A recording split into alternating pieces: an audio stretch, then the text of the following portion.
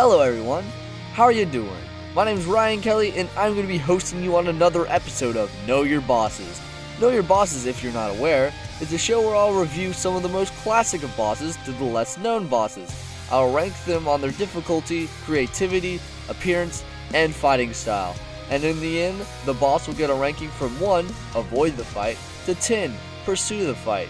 So now that I've quickly gone over the rules, we can talk about the boss we'll be fighting today. Today I'm going to be discussing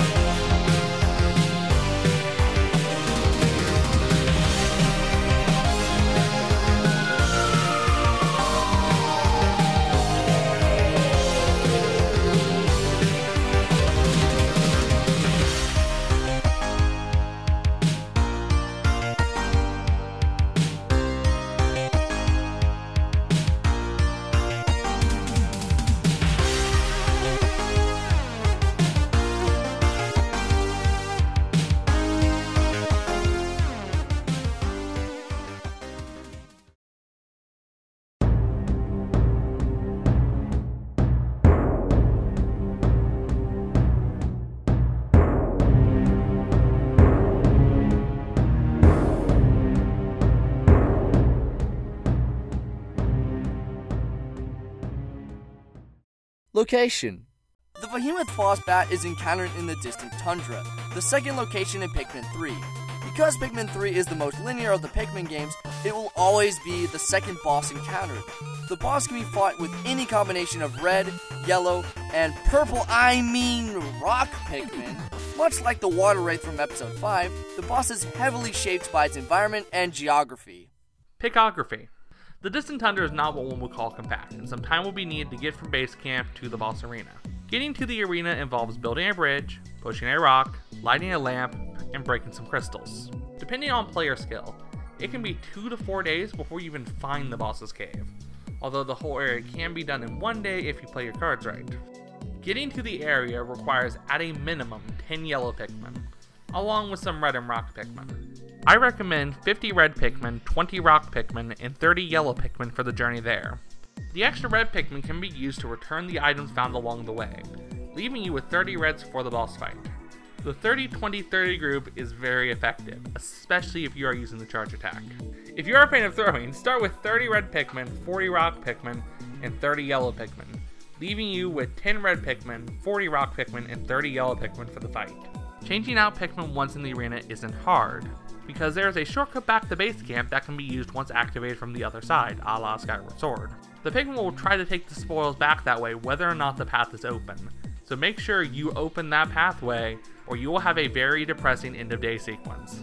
Let's just say that I may have made this mistake before. Boss information.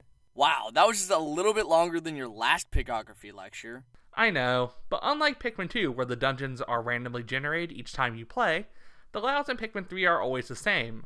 Therefore, I can give actual advice. Anyway, with that Pikography lesson out of the way, the Vehemoth Phosbat is the first boss in the Pikmin series to be airborne, a title that shares only with the 4th boss in this game. In true Pikmin fashion, the name Vehemoth Phosbat is not just gibberish, but a mixture of multiple Greek and English words. Vehemoth is a mixture of vehement, referring to exaggeration or hamming it up, and behemoth, referring to being large. Phos is a prefix from the Greek phos, meaning light, and bat is, well, a bat. There is a strong resemblance to the Empress Bulblax in that the bosses both use their young to attack, and the bosses attack their young. It is possible to see the baby Phosbat ducking like 2nd graders during a tornado drill when the mom goes to get her lunch. Like all bosses in Pikmin 3, the Vehemoth Phosbat will retain its damage if the day ends mid-fight, so it can be fought over multiple days if necessary. Like most enemies in the Pikmin series, the boss will not begin its death sequence until it touches the ground, a fact that will come to no surprise to those of us who have fought Wollywogs in Pikmin 2 and Pikmin 1. Strategy. Before we can get into this fight, you probably should know that the Vehemoth Phosbat has 8,000 hit points, with each hit from a normal Pikmin doing 10 points of damage. Red Pikmin do 15 damage, direct throws from rock Pikmin do a different amount depending on the enemy. In this case, they can do 40 damage. When first entering the pre-boss arena, baby Phosbats can be found around the area, where they appear to take damage from light. Along with that will be a semi-transparent creature that will try to suck up your Pikmin. Exploring a little reveals a lamp, which reveals the Vehemoth Phosbat. At this point, you can enter the area and begin the fight if you want, or you can take care of the grapes. During the fight itself, the Phosbat has one main attack, Inhaling Pikmin, which can kill up to 5 Pikmin at a time. It can also cover the Pikmin in toxic gas that doesn't directly kill them, but can leave them stunned and useless like the Minties in Pikmin 2. Both attacks can be countered with the Whistle. There are quite a few ways to fight this boss. You can technically defeat the boss by just throwing Pikmin at it whenever you see it, but that takes a while, is more dangerous, and is extremely boring. This boss is weak to light, and there are 5 light bulbs in the room, 4 small lights, and 1 big light. Turning on a light will temporarily make the boss visible and stun it. After activating 2 of the lights, the boss will summon baby Phosbats to attack you.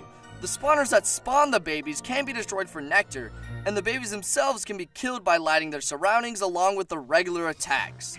The babies will need to be dealt with, whether it's by ignoring them or killing them. Throughout the area, there are bridge fragments that can be used to make, what else? A bridge. That bridge leads to a big light, which when activated, will make it so the boss can't turn invisible anymore and stun it. At which point, just weigh it down with your Pikmin and wail on it until it dies.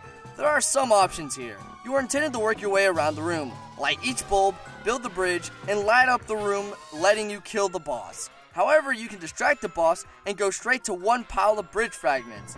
Once it's built, you can throw your captain over the gap, activating phase 2 immediately. This strategy is much faster, but also more dangerous and requires practice. Pro tip, if attempting this strategy, the boss will try to bother you, so it will need to be distracted. Letting 1 light bulb will give you enough time to build half the bridge if you time it right.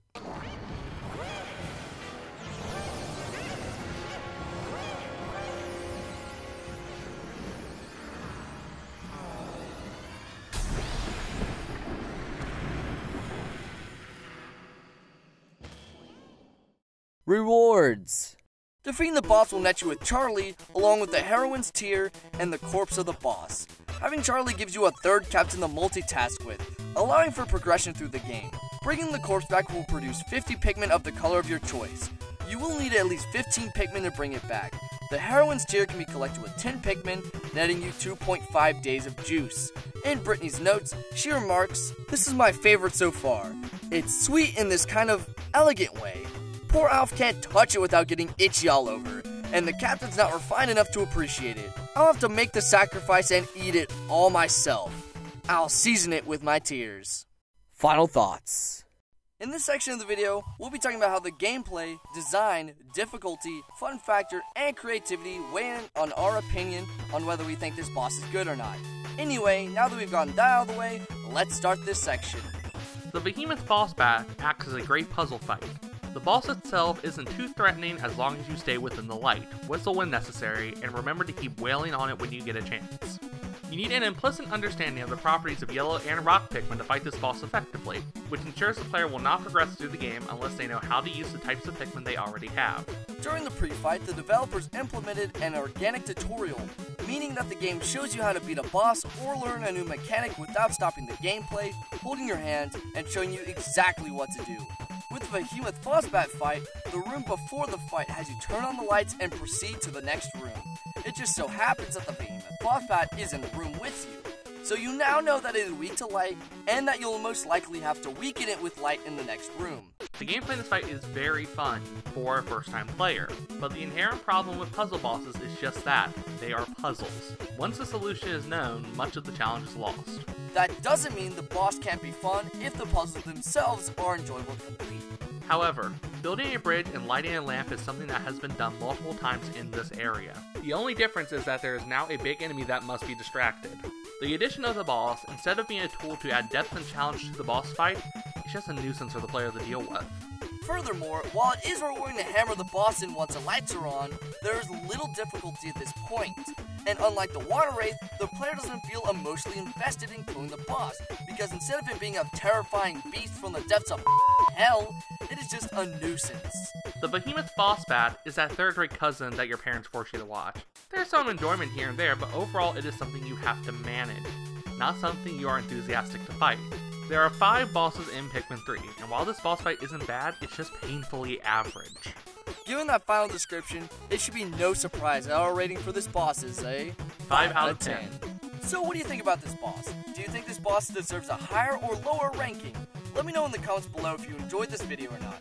Also, make sure to click that like button if you liked the video, and hit the subscribe button.